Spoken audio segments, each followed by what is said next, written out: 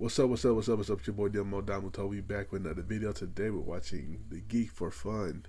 What if Goku was in DC Part 13? I know y'all been waiting for this one. You know, I try to put some days between each parts of every video I watch. You know what I'm saying? So, yeah. So Part 13, I'm trying to think, what was Part 12? Part 12, Goku was on his way home. Broly was there. We reckon Broly. Vegeta turned Super Saiyan. No, he was already Super Saiyan. You know what I'm saying? He got a little crush on Wonder Woman and shit, you know what I'm saying? Your boy just got introduced into the crowd and to the people. So let's see what Part 13 got in stores for us today. And so make sure you like, comment, subscribe, and there you go. Doom. Warrior race. Failed invader. Martial artist. Adventurer. The story of Kakarot Kent and the alien species known as the Saiyans within our universe is a complex one. But while their deeds throughout space were heinous, I believe that we can learn from the best of their ilk. From their last son, Kakarot Kent, who died to save everyone. We can redeem their legacy. Dr. Quentin, I am an engineer. I helped you set up an atmosphere here on the moon to do work, not talk about fallen heroes. What could we possibly learn from a bunch of space Spartans with laser hands? Well, they're also giant monkey werewolves, and that's why we're here. Werewolf? The energy they use to transform could have massive benefits for the human heart. The sheer volume of energy required to change a humanoid form into a creature of that size, the possibilities are never ending. Oh, shit. Daredevil. Unfortunately, Doctor, your possibilities will be coming to an end quite shortly. I said Daredevil. I'm sorry. Meanwhile, at LexCorp headquarters, on 1600 Pennsylvania Avenue, Washington, D.C., an alert sounded, and President Lex Luthor summoned his Superboy into the Oval Office. Before that, though, make sure to subscribe to the channel if you haven't yet, so you never miss out on an episode of Dragon Ball DC. Your report on today's patrol will have to wait. There's a situation on the moon. 3 terrorists have taken hostages at Quentin's cute little moon base. Are you fatigued from the patrol? I can replenish your reserves while we wait for the teleporter to come online. That will be necessary. Excellent. Then the teleporter will be ready in a matter of minutes. Sorry, Father. What I mean is, neither will be necessary. I've never had to exert myself in a fight.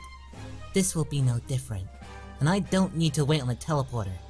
The distance is like 238,900 miles? I can make that in a jump. Okay. With a burst of inhuman speed, Subject GO0111522134777 exited his father's Oval Office, leaped off the Rose Garden lawn, and soared into the upper atmosphere.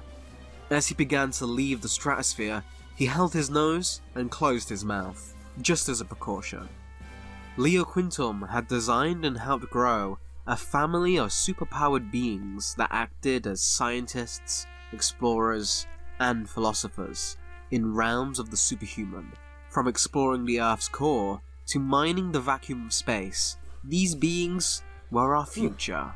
However, they were just appetizers to parasites. Artificial meat isn't as good, but I'll deal. I thought he just drained him. This is too much, even for me. Are we almost done yet? Not until the doctor gives us the designs to the teleporter. Oh, shit. Unless he wants to watch Parasite devour more of his children. They were born to explore the depths of creation. Brute force intimidation tactics became obsolete a century ago. Maybe we'll have better luck with Dr. Iron. Halt, villains! I am the unmitigated champion of justice, the vanquisher of evil, the Super Saiyan superhero, Superboy! What are you doing? You're making a fool of yourself. This isn't a joke. Follow protocol. Yes, sir. Sorry, Father. This conversation was allowed to happen as the sheer shock of Superboy's entrance and ensuing antics left the villains in complete disbelief. Leo took this chance and made a dash away from the distracted Deathstroke, leading Major Force to snap out of his shock and chase the scientist. Where do you think you're going? I'm faster than the speed of sound. You can't escape me. The speed of sound is 767.269 miles per hour. That's nothing. Oh. Superboy's fist emerged out of the back of Major Force's torso before anyone else in the room even registered what had happened. With an absent look, the young Saiyan tossed the villain to the side, leaving Major Force to focus all of his energy on holding in and healing the gaping wound in his gut. Okay, now the one in charge. You. Deathstroke narrowed his gaze, the decades of battle and death pouring over his soul. He had been in hopeless situations before. He had faced Kakarot Kent in battle, Oh shit. and he knew the only response he could give. Oh God, please, no, not another one, not again, not again. The assassin dropped his weapons and began to beg on the floor in front of the quite confused Saiyan. Superboy poked the Terminator in the head and knocked him out. This all seemed to have wrapped itself up rather nicely, just like all of Superboy's missions. That is, it would have, if not for the fact that whoever had recruited this team clearly didn't count on Parasite's unquenchable appetites, and Major Force being turned into an overflowing buffet of power. What are you doing? No! No! If you didn't want to feed me, you should have kept your suit on. The atomic power he's consuming is too much. Superboy, you have to prevent him from eating any more. He'll become unstoppable. He can eat all he wants. It's not gonna help against me. Meanwhile, at the Daily Planet, Lois Lane was moving the mountains of Pokemon cards collected by Larfleeze off her keyboard. She needed to get her screen up to start writing the evening edition. Her interview with Wonder Woman about the Saiyan Prince Vegeta's burgeoning attempt at reform was sure to grip the nation. Diana had asked Lois to cover the story as an exclusive. She knew Lois Lane was the only reporter she could trust to bring the news to the world. Lois was cynical, but she always told the truth. The public would discover Vegeta's new method of community service through the pen of the best reporter in the world. Okay, Vegeta. So, while I punch this out, how are you holding up? Marvelously. While the rise in misguided foes has been difficult to cope with, it's not nearly as bad with the rest of the Justice League around again. Handling all of that on my own was challenging, but I've come out the other side stronger than ever. Well, that's a relief. I'm not sure the world would keep spinning without you to look after things. I know you can handle it, but don't burn yourself out. I can take a couple of your shifts when you need. I fear you'd be too harsh on the regular threats the Justice League handles. That's your problem. You're too soft on them. Couple interviews with me and I'd have them begging for the slab. Hey Lo, you might want to spell check. The I in Saiyan comes before the Y. Jenny, no one cares how it's spelled. Well, I think to show respect to a fallen people, it's quite important. See? Wonder Woman agrees with me. What tenacious thief is trying to steal the moon from me? Jenny, it's your turn to watch him. Nuh-uh, that's why I came over. Your shift started 2 minutes ago. So you just left him in front of the TV? It'll rot his brain. And he doesn't have much of one to start. It's informative. I left it on the news. What channel? Crocs. Oh, that isn't news. I know, but it just gives us so much material for the podcast. During this exchange, Wonder Woman had walked over to observe what was happening on the television. Apparently, John Henry Irons had sent a distress call that some kind of attack on Quintum's lunar lab was underway. The new hero, Superboy, was evidently on the scene. but she thought she should go check it out, just in case. Yeah. Diana walked over to say goodbye to Lois and Jenny. War's never over, huh? The god of war always said that there must be another, but that is the poison of war, the thought that there has to be one. With a gracious smile, the Amazon flew out of an open window in Perry White's office, making her way to the Hall of Justice in order to access a teleporter to the moon. She is so cool. I thought I was so cool. I demand to be cool too! Oh, shit. Hey geeks, I hope you're enjoying the video, but if you really want to help support the channel, head on over to with all of Alright. Shout out to him. Superboy's fist rocketed into what could be called Parasite's jaw, smacking his gigantic mass through the base wall and out onto the surface of the moon. The young Saiyan then unleashed a flurry of ki blasts, each aimed at a different part of the monstrous blob. With his foe on the back foot, Superboy increased the ferocity of attacks. Hundreds of blows turned to thousands as he laid into the purple leech. Had enough? Parasite's body was mush. No remnants of a human form remained. Only a purple blob of writhing flesh and teeth. The mass was pulsing, and the confident Superboy charged forward, ready to end this battle with a dive kick. But to his horror, he was engulfed by the wave of meat. The creature's malleable body absorbing all of the attacks Superboy had been so confident in, and reforming toward more humanoid features, but in titanic proportions. This is... Man, I've never Hey, had nigga, don't moan in my ear with that this bullshit. good. Keep it going, boy. Don't get scared on me yet. Superboy struggled to free himself from Parasite's grasp, the purple flash forming over his small body. All of his attempts to escape with ki blasts only increasing the being's strength. He had miscalculated, assuming that Parasite would only be able to absorb so much before being unable to retain his senses. But Parasite didn't need his senses. He didn't need to think. He just felt the hunger. And that was enough to keep his monstrous power active. Sir, I need assistance. I don't know how to handle the situation. Please! Disappointing. You should be able to locate the central point of his energy. That's where his body is weakest. By firing a blast at that exact location, you can overwhelm his system temporarily and escape. Superboy closed his eyes.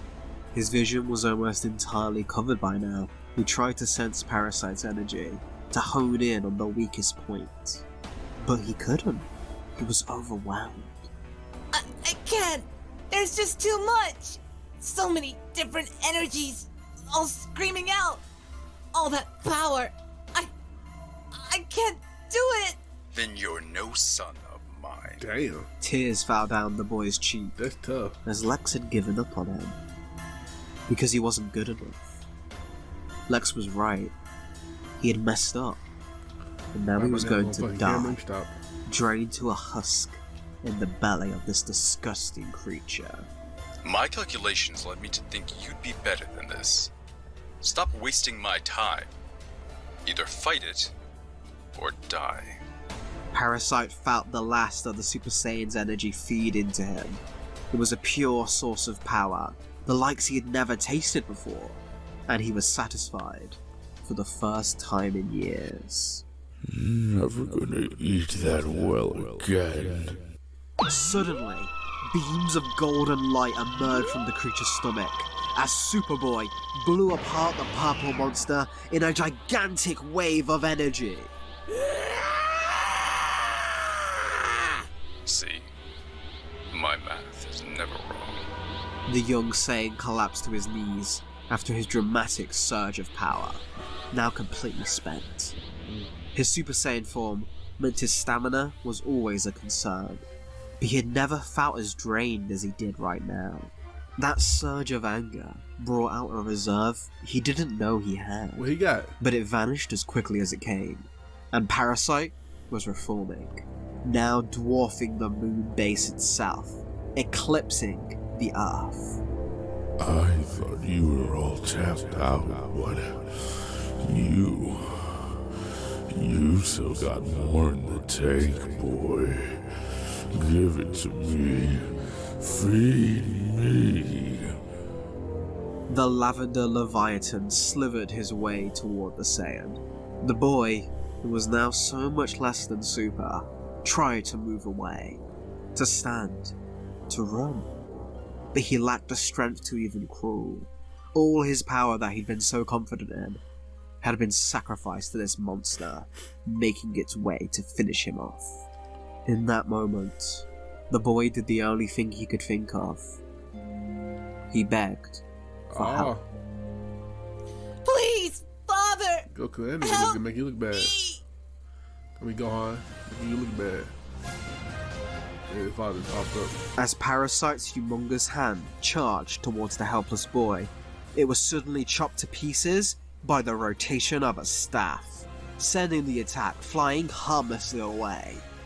Superboy looked up to see a man dressed in an orange gi, standing between him and certain doom. Yo, I'm Kakarot Kent. I saw you on TV. Nice to meet ya. You're him. You're alive? You're alive? Yup. I only got back a while ago, and then I sensed an awesome power coming from the moon. That must have been you, huh? I never thought I'd meet another Super Saiyan. I don't want to be rude, but you look pretty tuckered out. Mind if I take over from here? Okay. Yeah, right. After everything this kid just gave me, I'm stronger than I've ever been. You're just dessert. You can't just take other people's power and expect to be good with it. As you are right now, you're stronger than me, but you're not a match for me. Parasite charged forward, the massive flailing of flesh crashing against Kakarot's staff, which responded by changing its width, expanding into a massive pillar. Your staff is dispersing the force of his blow across the surface of the moon. Thanks! Some doctor gave it to me when I was your age. Don't get to use it much anymore, but it does a good job keeping guys like this away. Parasite's mass, however, began to seep over the Ryujingu Bank, gifted to Kakarot by Dr. Fates. The martial artist simply smirked as he planted his feet firmly and gripped the base of his staff, which shrank on one end to fit snugly in his hands, while keeping the other end extended. Kakarot then lifted the staff far above his head, the moon's lower gravity helping to transfer the momentum to Parasite, launching the monster airborne. The martial artist then began to run with the staff, dragging Parasite along like a kite. Try and use your own power next time, okay? Oh shit. Then we can fight for real. See ya! After reaching a good distance from the moon base, Kakarot stopped suddenly, before planting the staff in the lunar surface as he began to spin it round and round, before Parasite finally came flying off and went hurtling into orbit around the moon. That was incredible! You made that look so easy, without any unneeded power. He just didn't know how to use his own strength. Otherwise, I'd have been in big trouble. A horrifying ape-like roar echoed across the area, making Superboy think Parasite might have returned. Only for Kakarot to realize it was his stomach crumbling. Boy. Sorry, he just mentioned dessert and I realized I'm really hungry. Well, come on in, Kakarot. I'll have the kitchen get something ready while I work up what to do about Parasite.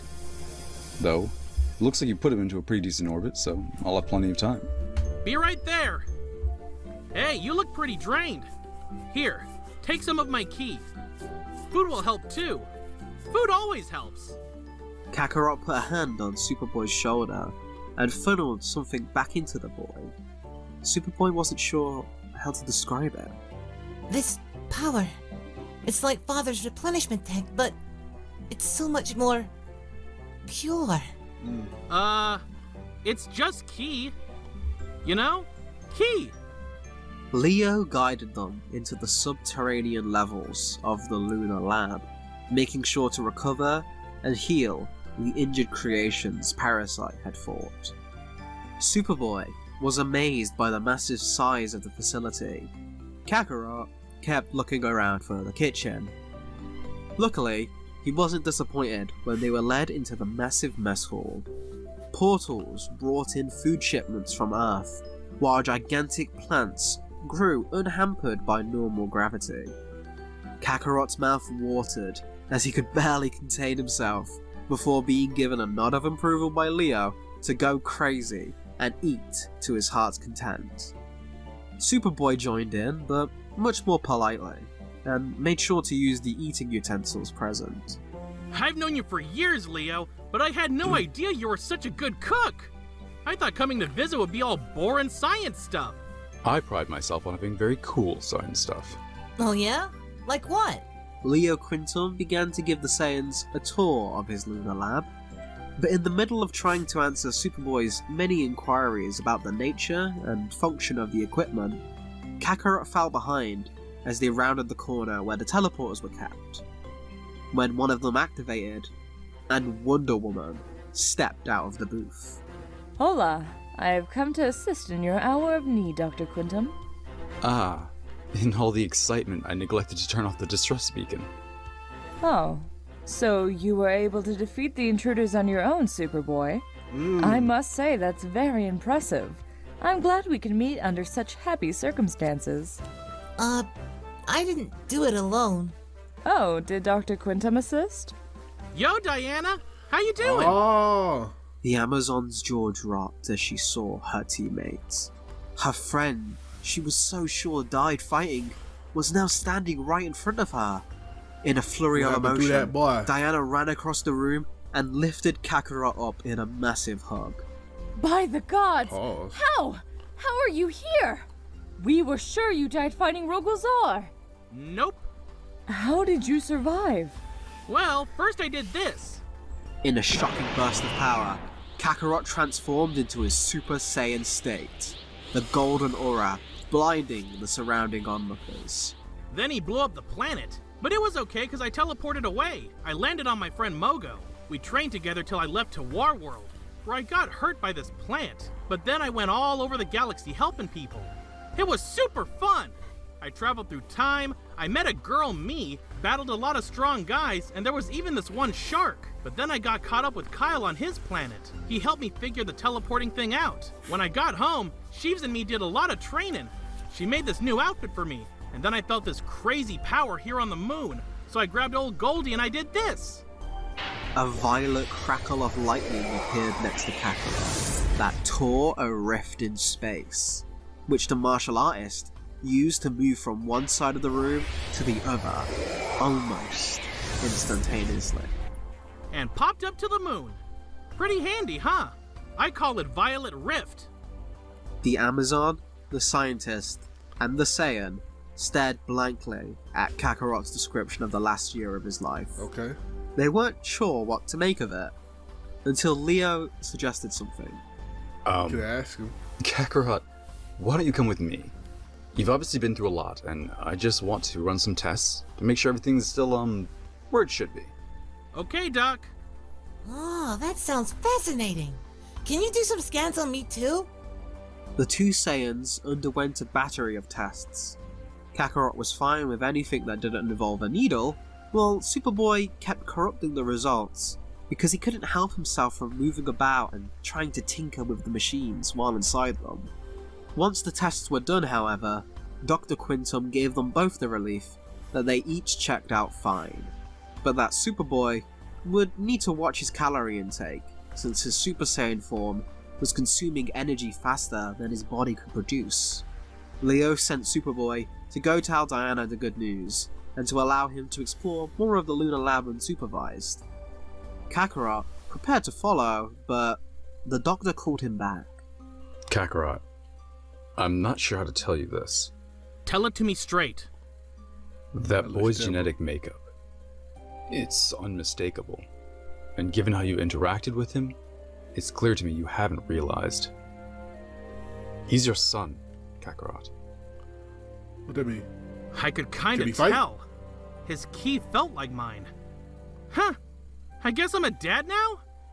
That's really weird, but kinda neat too. That's not all the test showed. Huh? Your heart, a virus. You're dying.